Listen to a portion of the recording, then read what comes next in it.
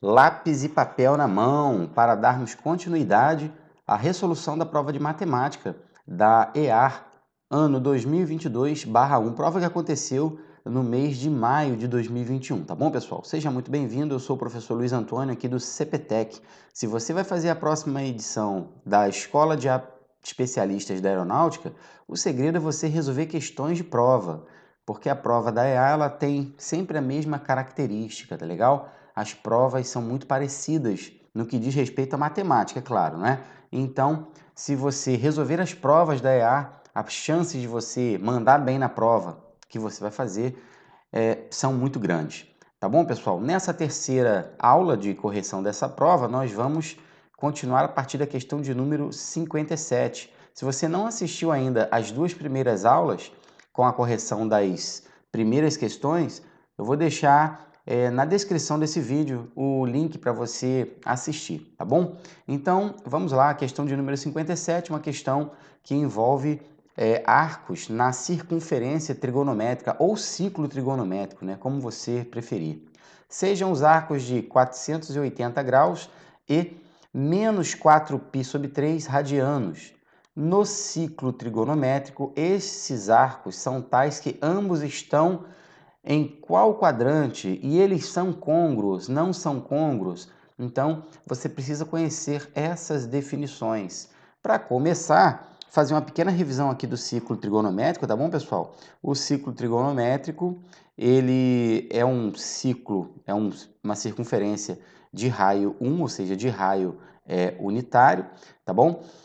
Os arcos no círculo trigonométrico, eles sempre começam aqui, ó, contar desse ponto que você está vendo aqui, beleza? E eles sempre são contados no sentido anti-horário, portanto, arcos positivos no sentido anti-horário, arcos negativos no sentido horário, tá bom? Então, aqui, ó, é 0. Aqui, nesse ponto, é um arco cuja extremidade é π sobre 2 ou 90 graus. Aqui nesse ponto, tá vendo? A metade da circunferência é um arco de π radianos ou 180 graus. Nesse ponto aqui é um arco de 3 meios de π radiano ou 270 graus.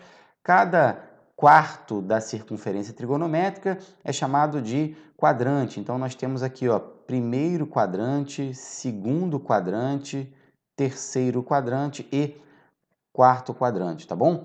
Bom, então, vamos lá. Eu quero saber, então, em que quadrante está o arco de 480 graus. Bom, pessoal, 480 graus é a mesma coisa que 360 graus mais 120. Você concorda comigo?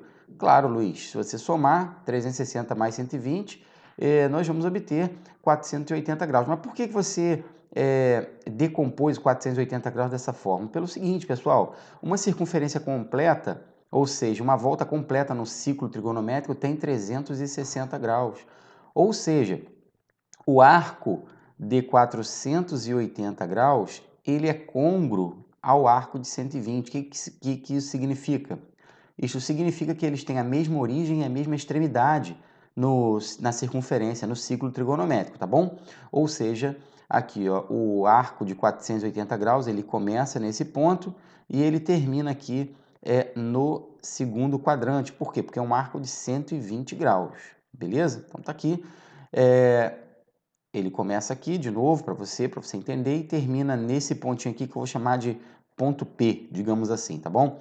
E o arco de 480, ele dá uma volta completa, passa batido e também termina aqui. Então, o arco de 480 graus, ele está no segundo quadrante. Então, já podemos eliminar, tá vendo? A letra A e podemos eliminar a letra C, tá legal? Porque ambas opções dizem que o arco de 480 graus termina no primeiro quadrante, isso não é verdade, ele está no segundo quadrante, beleza? Bom, agora resta saber o seguinte, se esse arco de 480 graus e esse arco aqui, ó, de menos 4π sobre 3 radianos, se eles são côngruos ou não, ou seja, se eles têm a mesma origem, a mesma extremidade ou não. Bom, pessoal, então vou escrever aqui o arco de menos, aqui ó, menos 4/3 de π, a gente pode escrever assim, ó, tá vendo? Radiano. É o seguinte, esse arco é negativo, isso quer dizer que ele começa aqui na origem, tá bom? A origem dos arcos é aqui, nesse ponto aqui 0, e ele vai no sentido horário, ele gira no sentido horário, porque ele é negativo. Primeiro passo é transformar isso aqui para graus, é o que eu vou fazer. Bom, sabemos que esse π radiano que está aqui, ele equivale a um arco de 180 graus, tá bom? Então, é isso que eu vou fazer. Vou botar aqui, ó, menos 4/3 vezes 180 graus. Então, agora eu vou fazer conta, tá vendo?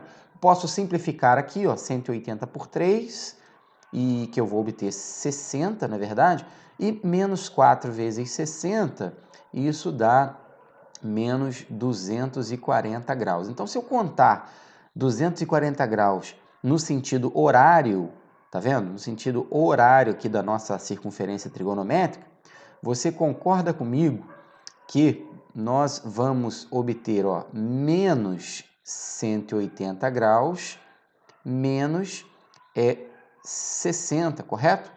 Então, o arco ele vai passar aqui, ó, pelo ponto de 3/2 de π, vai passar aqui, ó, pelo ponto de π radiando, isso no sentido horário, tá vendo? E ele vai percorrer mais 60 graus, ou seja, quer dizer, menos 60 graus, né? Ainda nesse sentido. E olha que interessante, pessoal, ele vai parar exatamente nesse ponto P aqui que você está vendo, tá legal? Uma outra maneira de você pensar nisso é o seguinte, você fazer a diferença, calcular a diferença, ó, 360 menos 240. Isso dá 120, é uma outra maneira de você obter também o arco côngruo a menos 240. Repetindo para você, não é? 360 graus, que é uma volta completa na circunferência, tá legal? Menos o arco aqui, ó, ou mais o arco negativo, né? Menos 240 graus, e aí a gente obtém 120 graus. Isso quer dizer que o arco de menos 240 graus é côngruo ao arco de 120, tá bom? Como o nosso ângulo de 480 também é côngruo com o arco de 120, acabou então, pessoal, encontramos o nosso gabarito. Ambos estão no segundo quadrante e são côngruos, tá bom, pessoal? Então, bem tranquilo, é interessante você fazer uma revisão, você saber os conceitos básicos da trigonometria, tá bom? Isso aí você pode estudar em funções trigonométricas, tá bom? Próxima questão, vamos lá? Questão de número 58, questão envolvendo progressão geométrica. Tá aí na sua tela. Seja a progressão geométrica 24, 36, 54. Ao somar o quinto e o sexto termos dessa PG, qual resultado nós vamos obter? Tá aí. Bom, para você que já estudou PG, né, você já conhece as definições importantes, principais de progressão geométrica, beleza, você vai entender tudo que eu falei. Você que nunca estudou PG ainda, é interessante você saber. Tá? Progressão geométrica é uma sequência numérica onde cada termo é igual ao seu antecessor vezes, né, uma razão chamada razão da PG. Então, eu multiplico aqui, ó, 24, que é o primeiro termo da nossa PG, por uma constante e obtenho o 36. Depois eu multiplico o 36 pela mesma constante e obtenho 54, e assim sucessivamente. Ou seja, para encontrar a razão da PG, que geralmente nos livros didáticos é representado pela letra Q, você pode pegar qualquer termo da sequência e dividir pelo seu antecessor. Ou seja, se eu dividir 36 por 24, nós vamos obter a razão da PG. Tá legal? E aqui a gente simplifica por 12, né? Acredito que seja tranquila essa simplificação para você. 36 dividido por 12 dá 3 e 24 dividido por 12 dá 2. Então, a razão da PG, ela é 3 meios, tá bom, pessoal? E nós sabemos que o primeiro termo dessa PG é 24, beleza?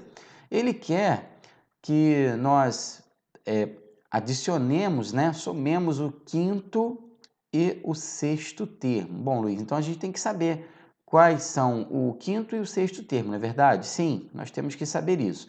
O quinto termo, pessoal, de uma sequência, de uma progressão geométrica, é sempre o primeiro termo vezes a razão elevado à quarta potência. Esse expoente 4 aqui é uma unidade menor do que esse índice, do que o termo em questão.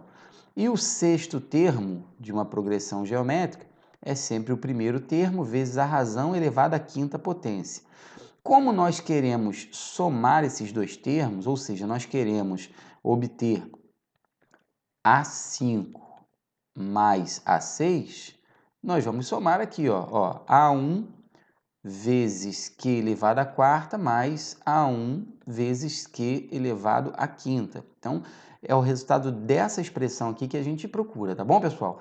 Se você utilizar aqui um caso de fatoração, um fator comum, tá vendo, ó, nesses dois termos, nós vamos poder colocar em evidência o A1 vezes Q elevado à quarta. E dentro do parênteses, nós vamos ficar com 1 mais Q, tá bom? Então, o que acontece? A gente agora vai substituir os valores e vamos encontrar o resultado dessa expressão aí, beleza? O primeiro termo da nossa progressão geométrica é 24. A razão, ela é 3 meios elevado à quarta aqui, tá bom? E dentro do parênteses nós vamos escrever 1 mais 3 meios, que é a nossa razão. Bom, resolvendo isso, ficamos com 24 vezes, aqui ó, 3 meios elevado à quarta potência, nós obtemos 81/16, vezes, e aqui ó, 1 mais 3 meios, isso dá 5 meios, tá bom, pessoal? Então, nós temos que resolver essa expressão aqui, dá um trabalhinho, mas é possível fazer, tá legal? Agora, vamos fazer algumas simplificações aí, não é? Para facilitar a nossa vida. Para começar, eu vou simplificar 24 com 16, ó. Se eu simplificar 24 com 16 por 8, 24 por 8 dá 3 e 16 por 8 dá 2, tá vendo? Então, agora nós vamos multiplicar 3 vezes 81 vezes 5 e embaixo 2 vezes 2. Então, nós vamos obter, fazer a continha aqui no rascunho. Tá aqui, já fiz a conta para você aqui, ó. Então, 3 vezes 81 vezes 5 dá 1.215, tá bom? E aqui no nosso denominador, 2 vezes 2, 4. Encontramos, pessoal, a resposta da nossa questão, 1.215 quartos. Então, o gabarito da questão da EAR, letra C, tá aí, ó. Beleza? Não pode ter preguiça de fazer conta, principalmente no dia da prova, né? Claro, tá bom? Isso indica que você está preparado, vai com disposição para fazer conta, amigo. Vamos para a próxima questão? Questão de número 59. Vamos procurar aqui.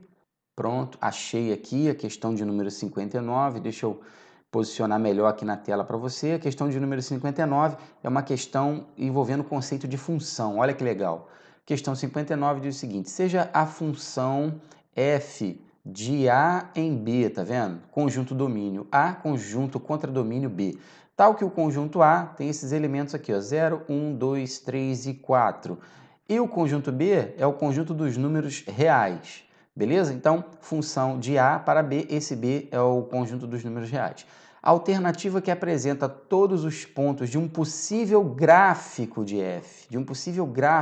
Bom, pessoal, a melhor maneira de resolver essa questão, pelo menos na minha visão, tá? É você representar por diagrama o conjunto A, tá bom? E o conjunto B, lembrando que o conjunto B é o conjunto de todos os números reais. Então, você tem que entender que dentro desse diagrama aqui, ó, encontram-se todos os números reais. E dentro do conjunto A, aqueles elementos ali, ó, 0, 1, 2, 3 e 4. Tá bom, pessoal? Bom, vamos lá, vamos verificar em qual dessas alternativas, dessas opções aqui, se encontra possíveis pares de pontos do gráfico, né? Então é o seguinte, pessoal, olha só, a letra A, ela não pode representar pontos do gráfico de uma função. Por quê, pessoal? Veja bem, o que diz a letra A? Letra A diz que o primeiro par ordenado relaciona o zero com o zero, ou seja, isso quer dizer que o zero do conjunto A, ele está relacionado com o zero do conjunto B. Bom, até aí tudo bem. Mas olha o que vai acontecer no segundo par ordenado, ó, 0 com 1. Então, isto significa que o mesmo zero, o mesmo elemento aqui do domínio, está se relacionando com o elemento 1 do conjunto B do contradomínio. E isso não pode acontecer numa função, pessoal. Em uma função, um elemento do domínio não pode ter duas imagens. E aí fura a definição de função. Se você não conhece as definições de função, vou deixar aqui na descrição desse vídeo, tá bom? O link das aulas de relações e funções para você entender esses conceitos de função. Não adianta, você precisa saber. Então, eu já posso eliminar aqui, ó, a letra A só de observar os dois primeiros pares ordenados, tá bom, pessoal? Agora vamos para a segunda opção. Vamos lá. Na letra B diz o seguinte, ó, que 0 se relaciona com 0, ou seja, o zero do conjunto domínio se relaciona com o zero do conjunto contradomínio, beleza. Me diz que o 1 se relaciona com 0. Me diz que o 2 se relaciona com 0, até aí tudo bem, Luiz? Mas, poxa, o 0 ele é imagem de 3 elementos, na verdade vai ser a imagem de todos os elementos, né? Aqui, ó, o que vai acontecer, tá vendo? A imagem do 3 é 0 e a imagem do 4 também é 0. Gente, numa função, isso pode acontecer. O que não pode acontecer é o contrário. O que não pode acontecer é um elemento do conjunto domínio, tá? Ter duas imagens, 2, 3, 4 imagens diferentes. Agora, cada elemento aqui do conjunto A, tá vendo? Tem uma única imagem. E claro, todas as imagens desses elementos são iguais a zero. Isso pode acontecer, portanto, acabou, nós já encontramos a resposta. Tá bom, pessoal? Então, o gabarito é a letra B. Agora, analisando rapidinho as letras C e D, tá bom?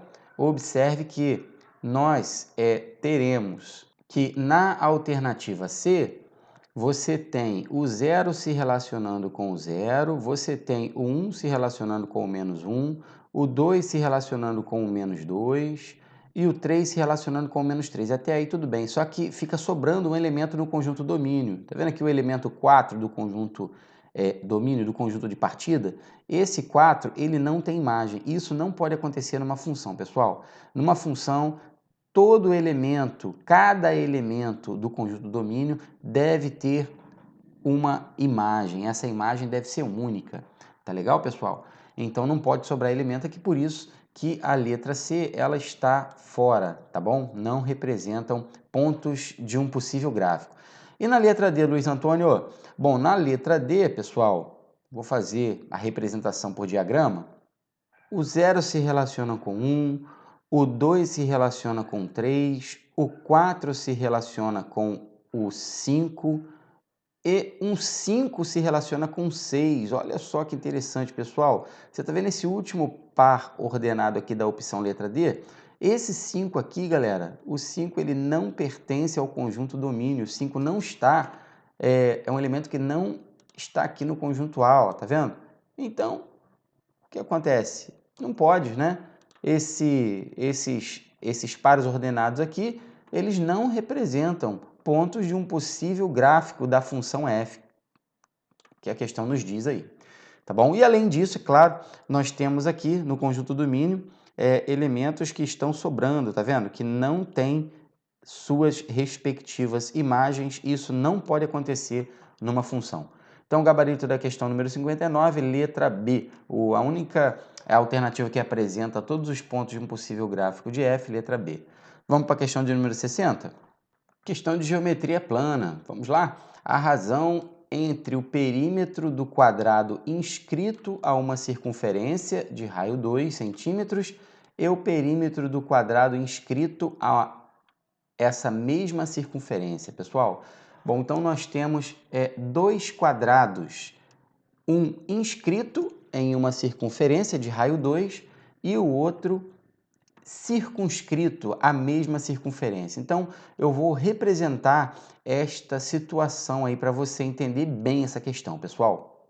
O quadrado inscrito a circunferência de raio 2 é aquele quadrado que está dentro, então tá aqui. E o quadrado circunscrito é aquele quadrado que está fora, tá bom? E os lados, né, do quadrado no circunscrito, ele tangencia a circunferência, beleza?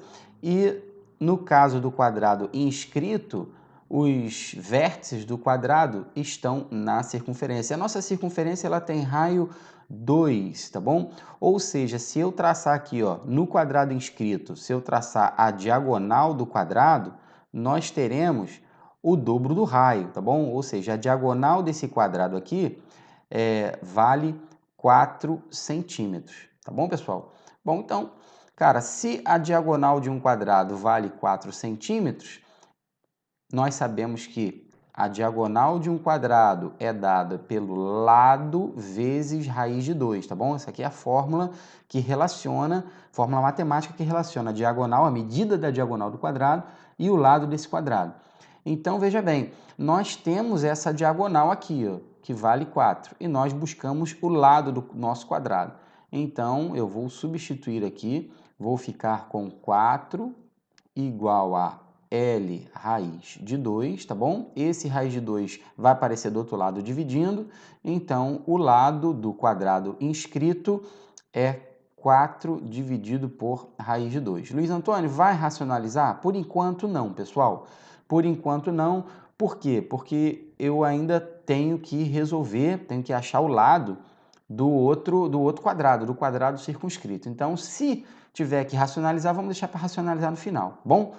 Então, vamos lá. No caso do quadrado circunscrito, olha que interessante. Vamos chamar o lado do quadrado circunscrito de Lzão, tá bom? Aqui, ó, L maiúsculo. É bem mais fácil, né? É bem mais fácil, por quê?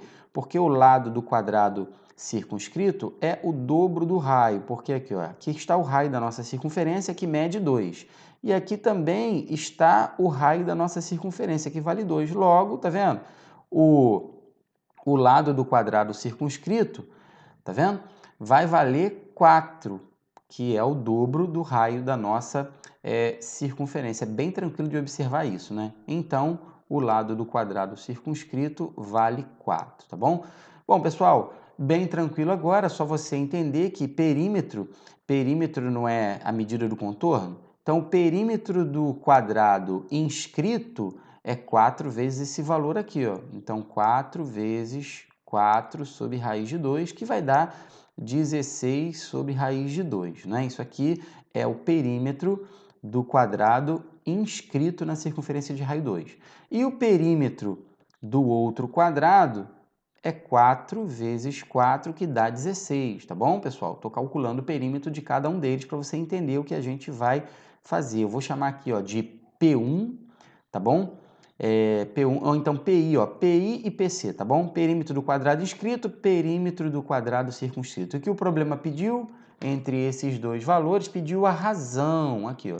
Voltando na questão, a razão entre o perímetro do quadrado circunscrito e o perímetro do quadrado inscrito. Então, nós queremos a divisão de PC, então nós queremos a divisão de PC sobre PI, beleza? Bom, o PC deu 16 e o PI deu 16 sobre raiz de 2, tá bom? Então, nós vamos aqui, ó, repetir a primeira fração, que é 16, e multiplicar pelo inverso da segunda, que é raiz de 2 sobre 16. Aqui, ó, lembra que eu falei para você, ó, não vamos racionalizar aqui para ver o que vai acontecer no final. Se eu tivesse racionalizado aqui, ó, tudo bem, estaria correto, mas eu teria perdido tempo, tá bom, pessoal? Então, deixa sempre para o final essas simplificações, racionalização.